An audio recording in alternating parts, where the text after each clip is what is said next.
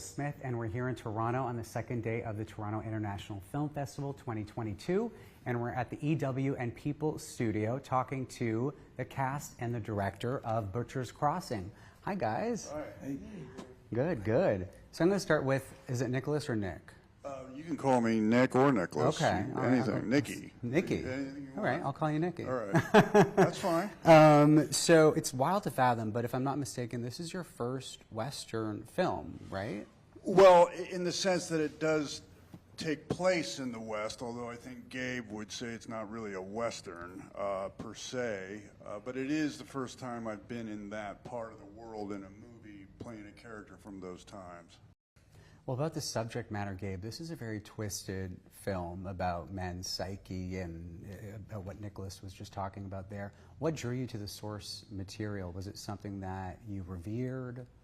Yeah, I mean, I just, after reading the book, I just felt like it hit at a lot of fundamental things about life and about, human beings, about the nature of ambition, and sort of why we do what we do. It also talks about, the environment, as Nick was saying, and our man's relationship to it. And I just felt like all these things in the book are things that people haven't seen before, and that'll shed light on that, but also is just, phenomenal characters that audiences will remember and also engage with and be compelled by. Now, Fred, your character in the film, he obviously looks up to Nicolas Cage's character, at least at the beginning, or the first half of the film, and working with someone like Nicolas Cage, was it kind of, like the character in terms of how you were looking up to him as Mr. Cage? Yeah, I think it was definitely the part of Will that looks up to Miller. That's yeah, what you're saying. It's easier in terms of being a lifelong fan of Nick's work. And I think the part that's very different, which is a key part of the book and a key part of the film, is the idea of, as a sort of young individual, thinking that you're setting out to be part of something meaningful that you don't have words for, but you feel unmoored, and you feel that there's this that you need a stronger sense of purpose in some way, and what Will puts that purpose onto is this much darker, violent, senseless mission towards destruction in the sort of guise of control and power, ambition, sport, all of these things, and that's the part that was very different than the experience was about. What does it mean to try and create purpose in your life, and in your sort of self-interested, naive mission, actually become a pawn and a perpetrator in the destruction of an entire species, and furthermore,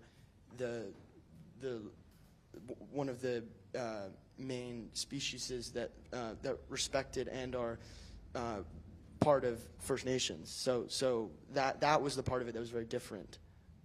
Now, Fred, The Sound of Metal, I think, played in Toronto during a very different, iteration of the festival, given what was going on in the world at the time. Right. And now you're back here with this fantastic film. What have the past couple years been like since that insane ride that you went on with that movie? Absolutely life-changing, wonderful. I got 4 movies coming out next year. I've got a TV show coming out, Perry Mason and HBO Max. So life is different for me. I'm actually getting to live the dream and do important work that I'm just thrilled about. And this character in Gabe's movie is the antithesis of what I did in Sound of Metal. So I'm excited to be here with it. Yeah. Yeah, that's very, very true. Now, this film was notably made in collaboration with Blackfeet Nation, and what did it mean to have their participation on a film of this nature, and how important was that to get this over the finish line? Yeah, I mean, if you ask what the film's about, I mean, on the surface, it's about what happened to the buffalo, and what happened to the buffalo is what happened to Native Americans in North America. And so without the participation of you know, the Blackfeet. I just don't think that the movie shouldn't even have happened. You know, they're so crucial, not just by providing and the buffalo and handling the buffalo, but you know, understanding their culture, understanding what the buffalo, you know, mean to them, and having that be kind of infused within this film.